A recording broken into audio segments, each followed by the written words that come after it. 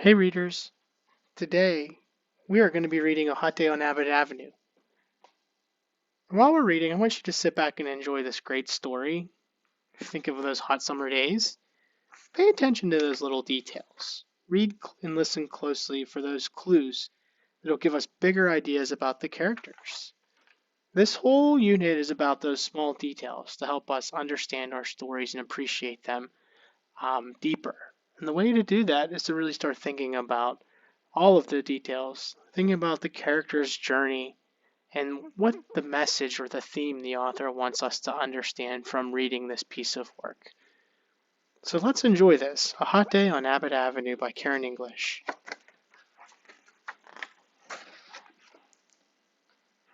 For Nyangi, Tiandra, Messiah, Amira, Asamani, and Sarah. Dedicated to everyday magic.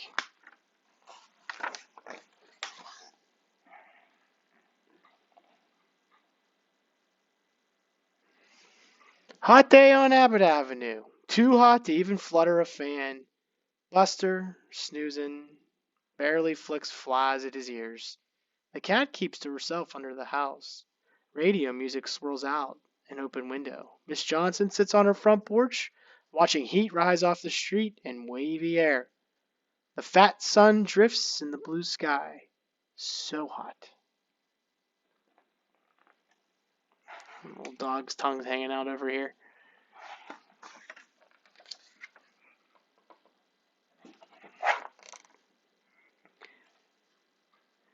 Kishi sits on her front porch counting mosquito bites. She counts 7. She sneaks a peek at Renee. Renee sits in the grass looking for 4-leaf clovers. She finds not one. She sneaks a peek at Kishi. Hey! Miss Johnson calls out. You girls still mad? Forever, Kishi answers. Forever and a day, Renee adds. It's a best friend breakup day. Let's look right here. Other than the obvious clue, I'm thinking, are you girls still mad? Maybe that's the conflict in our story. But I think the subtle clue, or the thing that the author is kind of throwing those little hints at, it's a best friend breakup day. Being mad, if we didn't have that, if this was covered up right here, right? They could be mad at a bunch of different things. They could be mad just that it's hot and they can't go to a swimming pool because it's closed. They could be mad that they didn't have their favorite breakfast. This gives us a little bit more of a subtle clue of what the conflict is. It's a best friend breakup day. So it sounds like this is a conflict between our two main characters. Look at those faces. Oof. If I had to think about right now their feelings, looking at the clues we have, it's pretty obvious, isn't it? Later, when the fat sun drifts towards the tall stand of the pine, Kishi sits on her front porch doing nothing at all. Renee sits on her front porch doing the same. Come over here and help me with my crossword puzzle, Miss Johnson says. You know how long it takes me when I don't have you alls helping. No thanks, Kishi says. Not today, Renee says. Not on a never gonna be friends again day. Again, the subtle hint is here. A never gonna be friends again day. So it sounds like they've had some kind of conflict.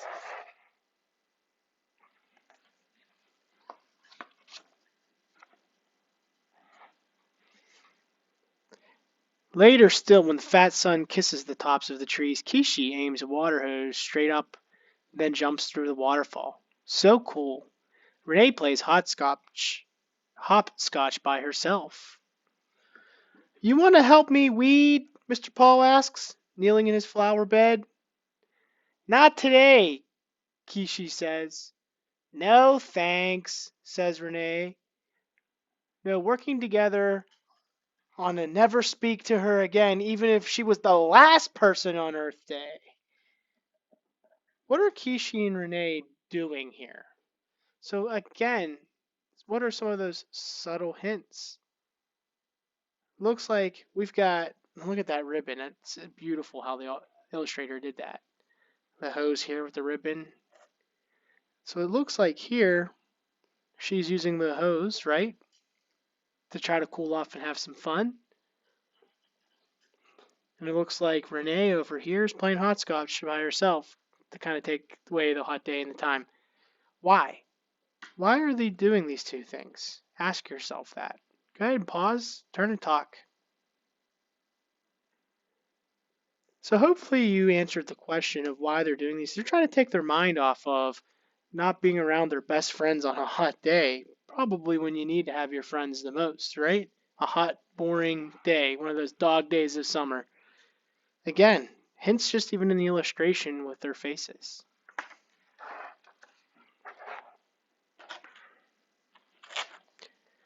Much later, when the fat sun hides its chin behind the tall stand of the pine, Kishi sits on her front porch playing with the cat.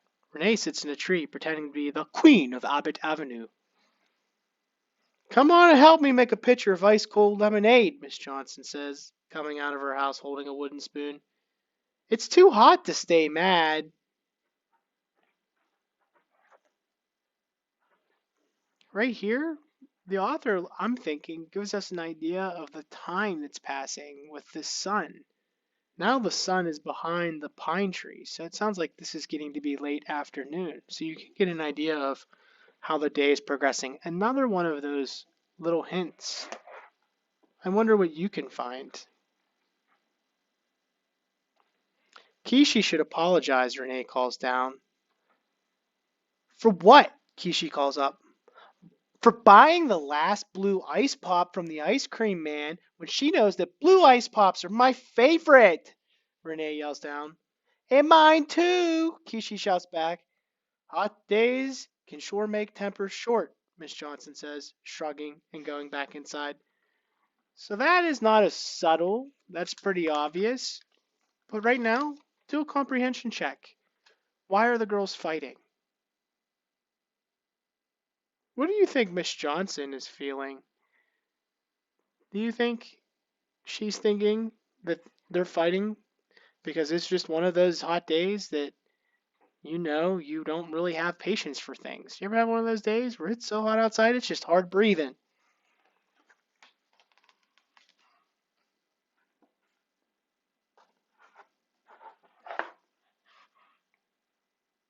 Take a look. Let you see the story unfold. Then, from somewhere down the street, a distant chant. Miss Mary Mac, Mac, Mac, all dressed in black, black, black. Kishi and Renee listen. With silver buttons, buttons, buttons all down her back, back, back. Kishi jumps off her porch and drifts towards the sound. Renee jumps out of the tree and drifts towards the sound. Make a prediction for me. What are they hearing? Do you know how the story might resolve? Think about what you know of these characters and what the clues were given here, this subtle clue. Miss Mary, Mac, Mac, Mac, all dressed in black, black, black, with silver buttons, buttons, buttons all down her back. They hear a distant chant? Where might they be going, and how will the story be resolved? That's a way to make a strong prediction. Go ahead and turn and talk. Let's read to confirm. She asked her mother, mother, mother for 50 cents, cents, cents. It's Darlene and AJ and Nikki. To see the elephant, elephant, elephant jump all over the fence, fence, fence, jumping double Dutch. So if you predicted that they were jumping rope, there were some other kids jumping rope, you predicted correctly. Kishi begins to run, Renee too. Down Abbott Avenue to the chanting sounds and the humming ropes. It jumped so high, high, high, it touched the sky, sky, sky. Now it's a jump day, a jumpin' lucky socks day. There's a very subtle clue here. What is that subtle clue? Pause and turn and talk. If you said now it's a jump day, a jumpin' lucky socks day, what does that tell us? I think it tells us that both of our characters, Kishi and Renee, have changed their minds about what's going on. Maybe they are now okay to make it up again, or at least their mood is better and they're willing to listen to each other. Take my end, Darlene orders, and Renee runs to take the rhythm out of Darlene's hands. Take mine, AJ says, and Kishi runs to do the same. Now it's a ropes hitting the ground day. A ropes making a rainbow day. Ropes swishing air, whistling air, strumming air, kissing air. How are Kishi and Renee feeling? What clues does the author give you in here that they are feeling differently? Go ahead and talk about it. If you said that they're feeling better, that they're feeling like they're in a good mood now, I would agree. It looks like some of the subtle clues here that you see. Kishi's running to take the rope. Renee is running to take the rope. It's a rainbow day. Rainbows are usually associated with happiness, right? Swishing air, whistling air, strumming, and a kissing air. All good things are associated with happiness. Over and over, over and over, feet hammer the hot ground, feet flashing like lightning, making music faster and faster to the bop, bop, bop of the thumping ropes. Louder and louder until Miss Johnson, listening to the late afternoon baseball game on the radio, turns it down to hear the sounds. In came the doctor, in came the nurse, in came the lady with the alligator purse. Looks like they're having a grand old time.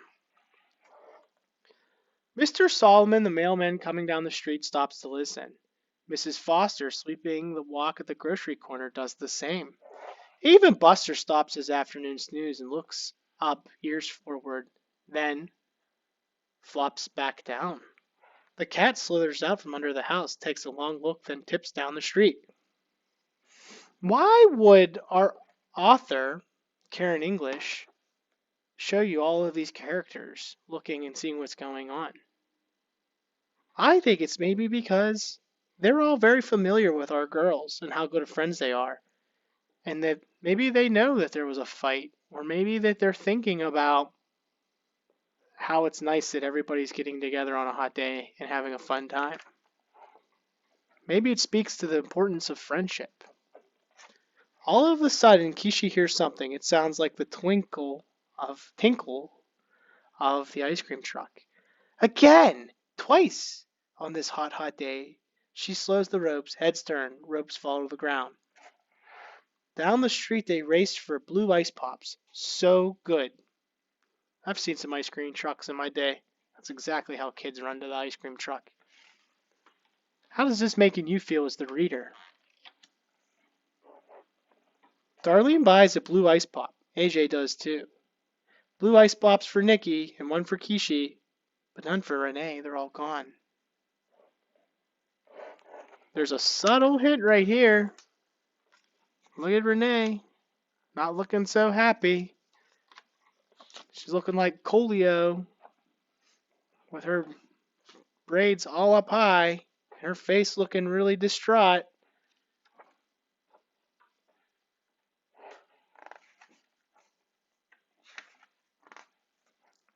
Predict what will happen next.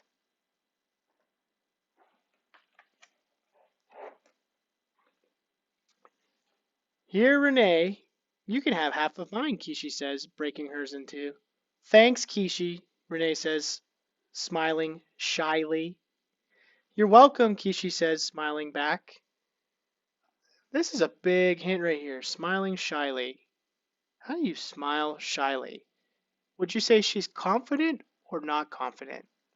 I would think that Renee is not as confident and that she's feeling a little bit better about herself now that her friend has shared her blue ice pop. The fat sun has slipped completely behind the tall stand of pine. The girls sat on Renee's porch, slurping the blue ice pops and watching Buster chase the cat back under the house, watching Miss Johnson sleep with her head back, watching Mr. Paul trim his hedges. Pale blue juice drips down their arms, all the way down to their elbows. Look what I can do, Renee says, trying to lick the blue ice pop juice off her elbow. Kishi laughs and tries to do the same. Then it's a trying to lick blue ice pop juice off your elbow day, all forgetting about all what you were mad about day. It's a trying to lick blue ice pop juice off your elbow day, a forgetting all about what you were mad about day. So, as you're beginning to see the pattern in this book, the author tends to signal here a change in the story's plot with each one of these all about type days. And as the end approaches, a feeling good about being best friends again day. I hope you enjoyed this story as much as I do. Let's talk about how those subtle hints and what we know about the characters help us think of a theme. So the theme is an idea that reoccurs in a story, a common idea. So some common themes that you may see in texts are this idea of family and friendship,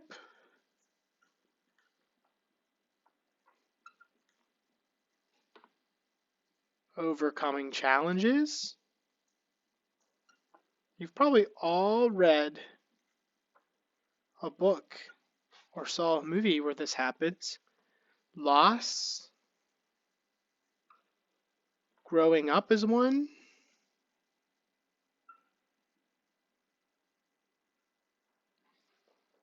Courage. And the list goes on and on. These are just a few. Bullying comes up.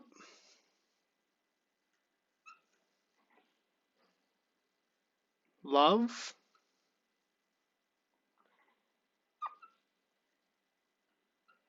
Being or finding yourself.